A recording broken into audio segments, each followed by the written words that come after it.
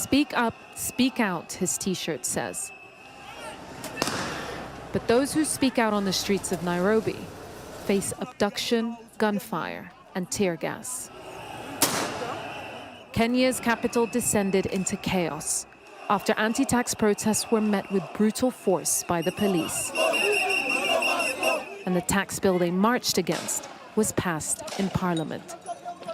This is Parliament now, battered by the protesters who managed to raid it to express their rage and betrayal, while members of Parliament took cover for 2 hours. Some protesters never made it to Parliament. Nairobi's main public hospital says it received 125 casualties. 2 were dead on arrival. Others lay dead in the streets, a dark warning to protesters walking by, and those being treated in makeshift clinics. The young people came out in large numbers to protest against that bill, but the National Assembly passed that bill last week, and still today they did vote in favor of the bill for the second reading. That is what has sparked outrage from the Kenyan people.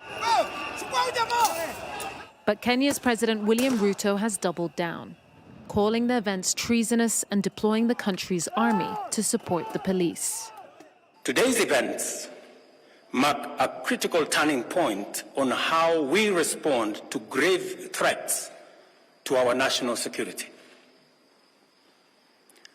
I assure the nation that the government has mobilized all resources at the nation's disposal.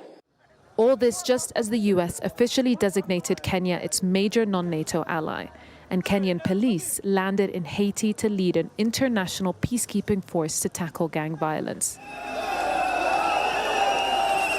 But now President Ruto is set to keep the peace in his own country on his own terms, no matter the cost.